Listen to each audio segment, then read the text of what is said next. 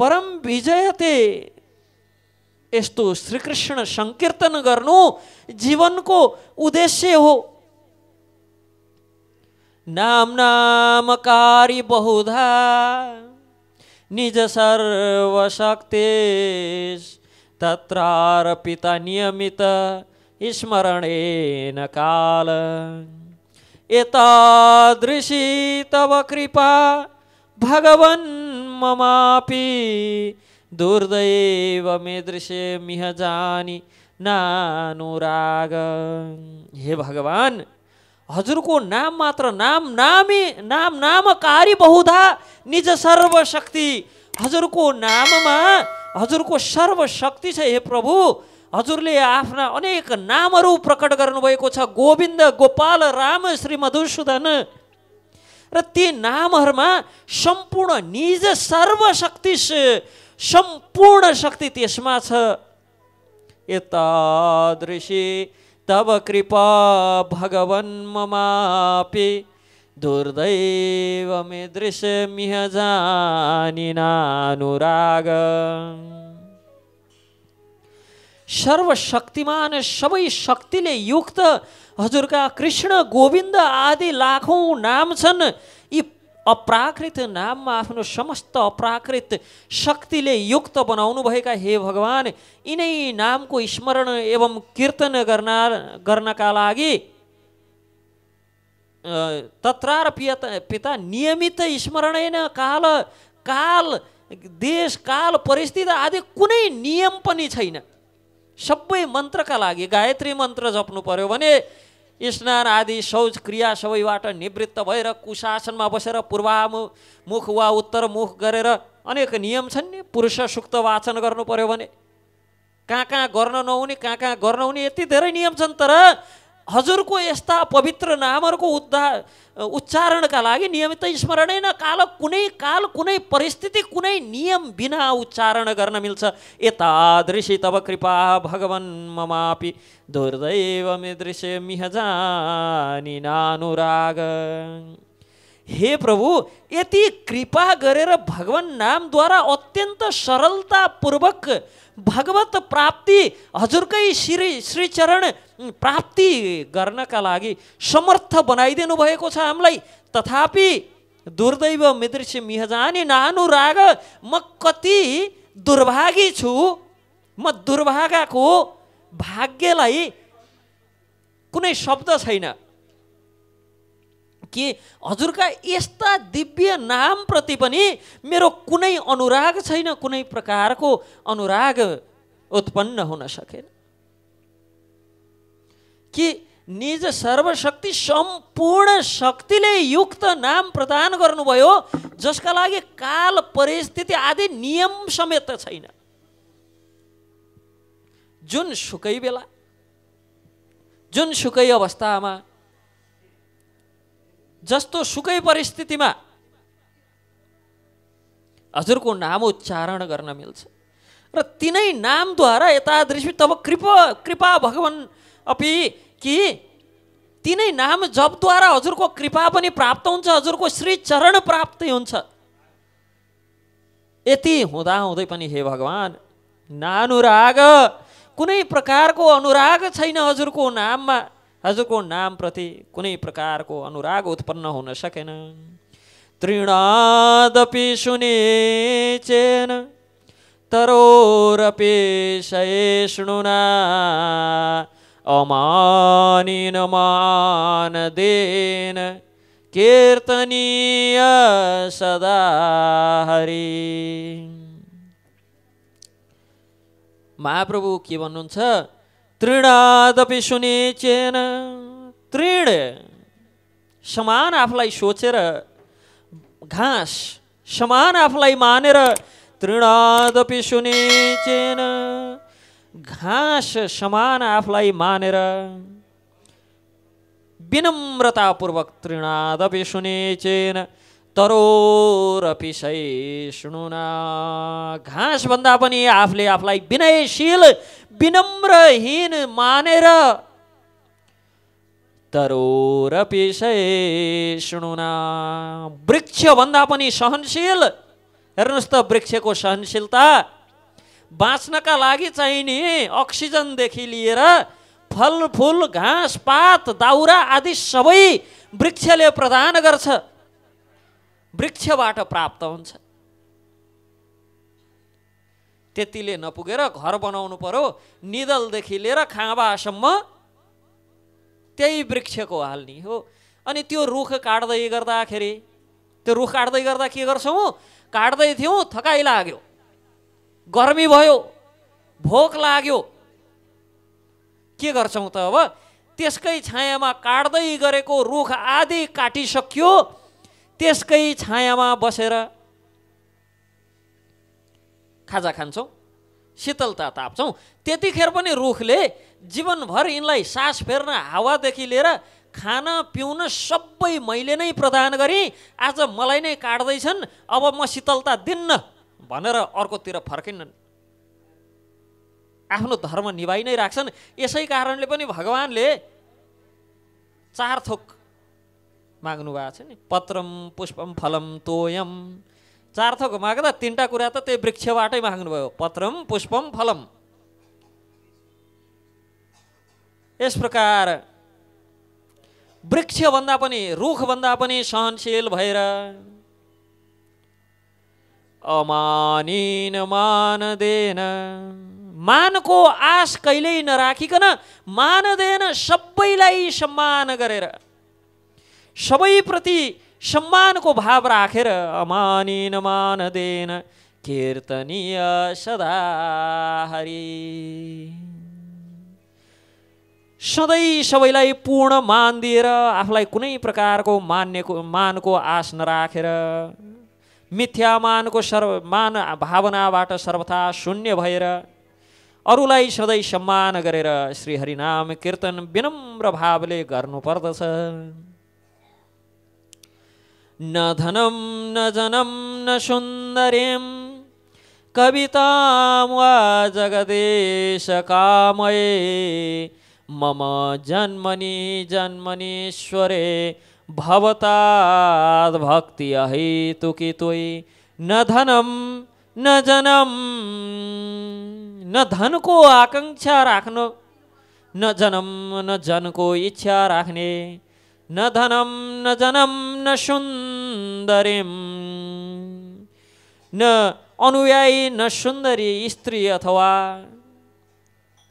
जग कविताम वा जगदीश कामये, कविताम संसारमा मेरा बारेमा मेरो यसो गान गरेर कविताहरू रचना हुन्, मेरा जीवनीहरू छापिउन्, जगतमा ऐश्वर्य मान फैलियोस्, यस्तो कुनै इच्छाको त कुरै छाडौँ। मम जन्मनि जन्मनीश्वरे, जन्म जन्मान्तरसम्म यही जन्मनु परेछ भने पनि मोक्षको पनि इच्छा होइन,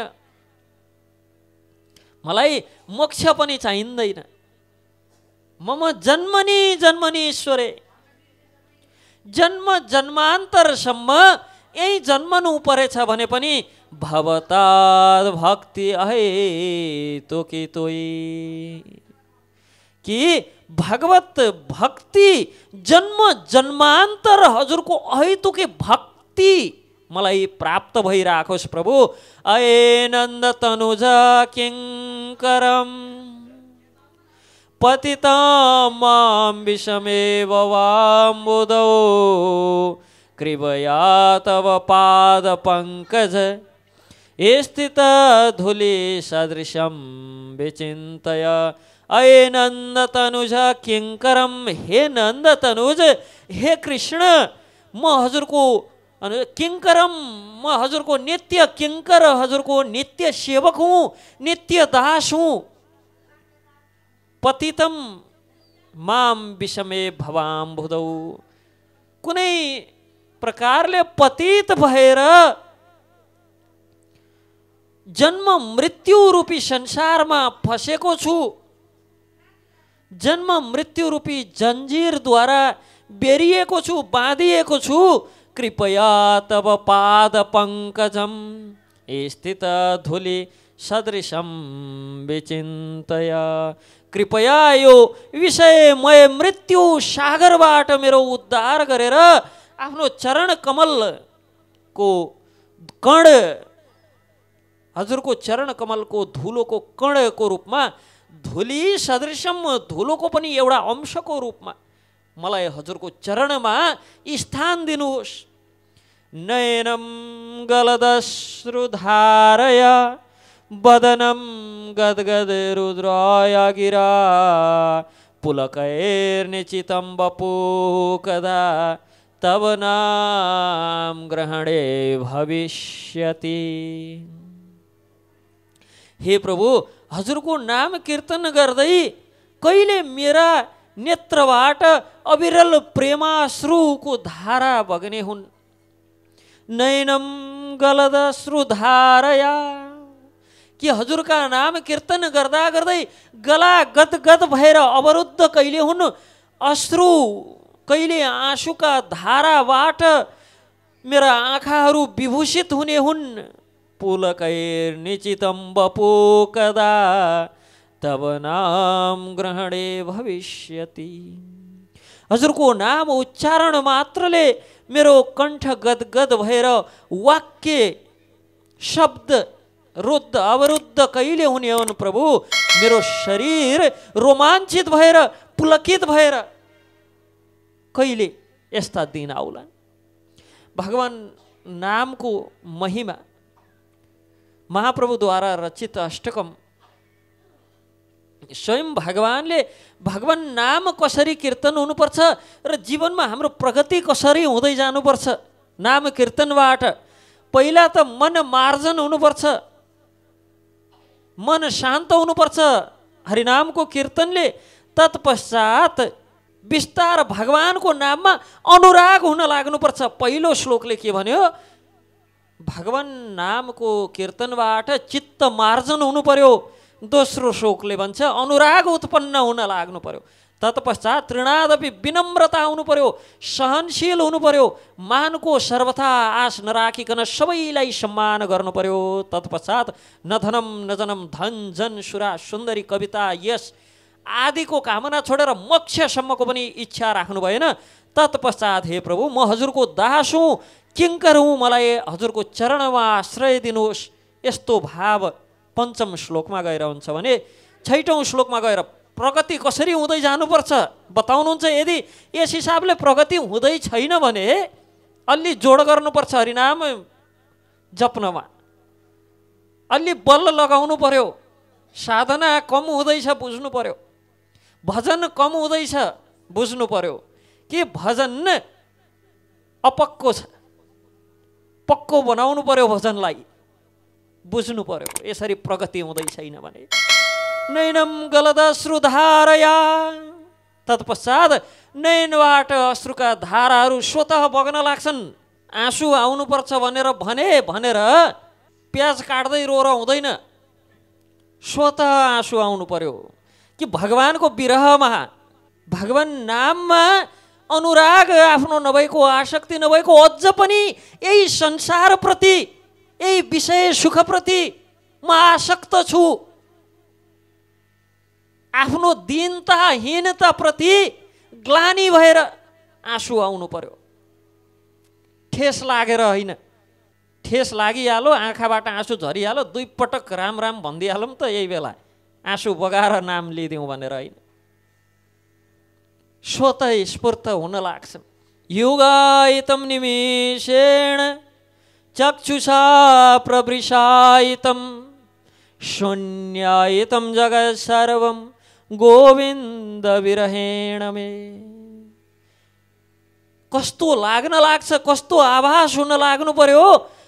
हे प्रभु, युगायितं निमेषेण, एक निमेष पनि, एक निमेष भने हामीले आँखा पिलिक्क झिम्क्याउने बराबरको समय, यसलाई एक निमेष भन्छन्। सेकेन्ड पनि लाग्दैन, 1 सेकेन्डमा 7 पटक झिम्क्याउन भ्याइन्छ आँखा। त्यो एक निमेष पनि युगायितम, युग बिते जस्तो अनुभूति कहिले होला। हे प्रभु, हजुरको विरहमा केवल निमेष मात्र, युगायितम निमेषेण चक्षुषा प्रवृषायितम, हजुरको विरहमा एक निमेष पनि युग समान, एक युग बराबर प्रतीत हुन्छ प्रभु। शून्यायतम जगत सर्वम गोविन्द विरहिणमे। नेत्रबाट मुसलधारा वर्षा प्रवाहित हुँदैछ हे भगवान। हजुरको विरहमा समस्त जगत शून्यायतम, शून्य महसुस हुन्छ। यो जगतबाट शून्यतर्फ लाग्ने होइन। कहिलेकाहीँ भगवान भगवत तत्त्व मोक्ष भन्नेको त्यो शून्यमा गएर एकाकार हुनु हो भनेर व्यक्तिहरूले भन्ने गर्छन्।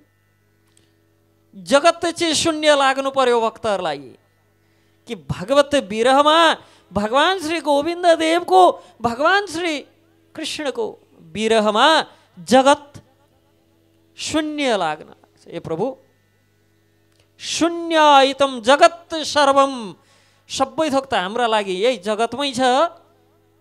त्यही हुँदा हुँदै पनि जगत शून्यम। आश्लिष्य वा पादरतां पिनाष्टुमां अदर्शनां मर्महतां करोतु वा यथा तथा वा विदधातुलं पटो मत्प्राणनाथस्तु सेवनापर। आश्लिष्य वा पादरतां पिनाष्टुमां अदर्शनां मर्महतां करोतु वा। हे भगवान, चाहे मलाई एकदम आलिङ्गन गरेर च्यापेर राख्नुहोस् आफैसँग, कहिल्यै हजुरबाट विमुख हुनै नदिनुहोस्। सधैँ आलिङ्गनमा राख्नुहोस्, सधैँ काखैमा राख्नुहोस्। अथवा दर्शनै नदिएर, अदर्शनम, मलाई कहिले दर्शनै नदिएर, अदर्शनम मर्महतां करोतु वा, मलाई मर्माहित गर्नुहोस्, आफूबाट विमुख गर्नुहोस्। यथा तथा वा विदधातुलं पटो मत्प्राणनाथस्तु सेवनापर। चाहे आलिङ्गन गरेर राख्नुहोस्, चाहे मर्माहित गर्नुहोस्, दर्शनै कहिल्यै प्रदान नगर्नुहोस्। कुनै पनि अवस्थामा राख्नुहोस् हे कृष्णचन्द्र। हजुर मेरा नित्य प्रतिबन्ध रहित आराध्य प्राणेश्वर हुनुहुन्छ। मत प्राणनाथस्तु सेवनापर। मेरो प्राणनाथ हजुर बाहेक अरू कोही हुनुहुन्न। चाहे तपाईँले आलिङ्गन गरेर सधैँ आफैसँग राख्नुहोस्, सालोक्य सलोक प्रदान गर्नुहोस्, नजिकै राख्नुहोस्, अथवा कहिल्यै मलाई दर्शनै नदिएर मर्माहित गर्नुहोस्। जुनसुकै अवस्थामा पनि हजुर मेरा स्वामी हुनुहुन्छ। यत्रो साधन भजन गरिसकेँ, भेट्नै आउन्नन्। स्वामी परिवर्तन गर्नुपर्छ है क्या हो? त्यस्तो है। चाहे हजुरले आलिङ्गन गरेर साथमा राख्नुहोस् अथवा मर्महात गरेर सधैँ हजुरबाट विमुख गराउनुहोस्। मत प्राणनाथस्तु सेवनापर। मेरो प्राणनाथ हजुर बाहेक अरू कोही पनि छैन। मेरा प्राणका स्वामी हजुर नै हुनुहुन्छ। यस प्रकार शिक्षा अष्टकम प्रदान गर्नुभयो र समस्त शिक्षा अष्टकम महाप्रभु बाँच्नुभयो र हामीलाई पनि त्यही शिक्षा अष्टकम अनुकूल बाँच्नका लागि आदेश दिनुभयो, आज्ञा दिनुभयो। हरे कृष्ण कृष्ण कृष्ण हरे हरे, हरे राम राम राम हरे हरे। यो महामन्त्र सबैभन्दा अधिक लाभकारी एवं भगवत प्रेमलाई बढाउन सर्वसमर्थ छ। भगवान नाम बिना अरू कुनै पनि उपायद्वारा व्यक्ति संसार दुःखबाट उन्मुक्त हुन सक्दैन। तर भगवान नाम उच्चारण गर्नाले मनुष्य संसारका सबै प्रकारका दुःख कष्ट आदि छोडेर भगवानको परम धामको अधिकारी बन्छ। परम धामको अधिकार स्वत प्राप्त हुन्छ। श्रीमन् चैतन्य महाप्रभुले भक्तहरूले भगवान नामको उच्चारणबाट नै सबै दैवी सम्पत्ति आर्जन गर्न सक्छन्। दैवी सम्पत्ति भनेको दया, अहिंसा, अनि मत्सर शून्यता, सत्यता, समता, उदारता, अनि मृदुलता, शौच, अनासक्त, परोपकार, समता, निष्कामता, चित्तको स्थिरता, इन्द्रिय दमनता, इन्द्रियलाई जित्न सकिन्छ, युक्त आहार विहार, गम्भीरता, अनि परदुखार्थ, यी सबै दैवी सम्पत्तिहरू हुन्। केवल भगवान नामको कीर्तनले यी सबै दैवी सम्पत्तिहरू प्राप्त हुन्छन्। परदुख कातरता, अरूको दुःखमा दुखी हुने। यहाँ त अरूको दुःख देखे पछाडि मनले मुखले कठै बिचारा यही हो भने पनि मनमा यति हर्ष हुन्छ अचल मान्छेहरूलाई, ठिक्क परेछ, कति आनन्द, ठिक्क पर्यो। आफूले के गरेछ केही याद हुन्न, अर्काको दुःख देखे पछाडि ठिक्क परेछ, यसो गरेको थियो नि, त्यसो गरेको थियो नि। आफूले के गरेको थिएँ आफ्ना सुनाउन लाग्यो भने महाभारत हुन्छ एउटा। तर सन्तको गुण, सद्गुण, दैवी सम्पद भनेको, दैवी गुण भनेको अरूको दुःख देख्दा आफूलाई पनि दुःख लाग्नु दैवी गुण। अरूको दुःख देख्दा बडो मनमा आहा कस्तो आनन्द भयो, ठिक्क पर्यो त्यसलाई भन्ने खालको भाव प्रकट हुनु आसुरिक सम्पद हो। मैत्री, तेज, धैर्य इत्यादि यस्ता सबै सद्गुणहरू केवल भगवान नाम कीर्तनबाट प्राप्त हुन्छ। भगवान श्रीहरिको नाम जप गर्नाले प्राप्त हुन्छ। यस प्रकार चैतन्य महाप्रभु आचरणको पवित्रतामाथि बडो जोर दिनुहुन्थ्यो। एक समयको कुरा हो, आफ्ना सन्यासी शिष्य, सन्यासीहरूले कुनै स्त्रीसँग गफगाफ पनि गर्दैनथे त्यस समयमा। आजकल त सन्यास लिएको भनेको चाहिँ श्रीमतीसँगै हुन्छन्। कति त सन्यास लिइसकेपछि बिहे गर्छन्, अनि त्यो श्रीमतीका मात्र होइन कि सबै संसारकै स्वामी हो भन्छन्, तर सही ढङ्गले श्रीमतीकै स्वामी पनि कहिले हुन सक्दैनन्। होइन, व्यापक देख्न पाइन्छ अचल बिहे गरेका सन्यासीहरू। मैले त फलानु वर्षमा सन्यास ल्याए नि भन्छन्, श्रीमती पनि छन्, छोराछोरी पनि छन्, घरमा बसेका छन् सन्यासी। महाप्रभुका पालामा सन्यास स्त्रीहरूसँग बोल्न पनि वर्जित थियो। छोटे हरिदास नाम गरेका एक शिष्य थिए महाप्रभुका, र माधवी नाम गरेकी एक वृद्ध स्त्री जो स्वयं महाप्रभुकी भक्त हुनुहुन्थ्यो। छोटे हरिदासले गएर माधवीसँग वार्तालाप गरेको थाहा पाए पछाडि हरिदासलाई सदाका लागि परित्याग गरिदिनु भयो। कुनै दोष थिएन, बस बोलेकै मात्र हो, तै पनि त्याग गरिदिनु भयो। सन्यासी भएर आचरणमा छैनौ, तिमी सन्यासी हुनका लागि योग्य छैनौ भनेर। आचरणमा बडो कडा हुनुहुन्थ्यो। महाप्रभुले 24 वर्षको अवस्थामा सन्यास ग्रहण गर्नुभयो। निमाई पण्डित जो न्यायमा बडो पण्डित हुनुहुन्थ्यो, न्यायशास्त्रमा अपूर्व एउटा ग्रन्थ लेख्नुभएको थियो, कसैसँग तुलना गर्न नमिल्ने त्यस्तो ग्रन्थ लेख्नुभएको थियो। यो देखेर उहाँकै सहपाठी एउटा मित्रले बडो डाहा गर्न लागे कि यो ग्रन्थ प्रकाशमा आए पछाडि उहाँका मित्र एउटा थिए, तिनले पनि ग्रन्थ लेखेका थिए, मेरो ग्रन्थ कमजोर देखिएला भनेर एकदम भय हुन लाग्यो मनमा। त्यो थाहा पाए पछाडि महाप्रभुले आफ्नो ग्रन्थलाई लगेर गङ्गामा बगाइदिनु भयो।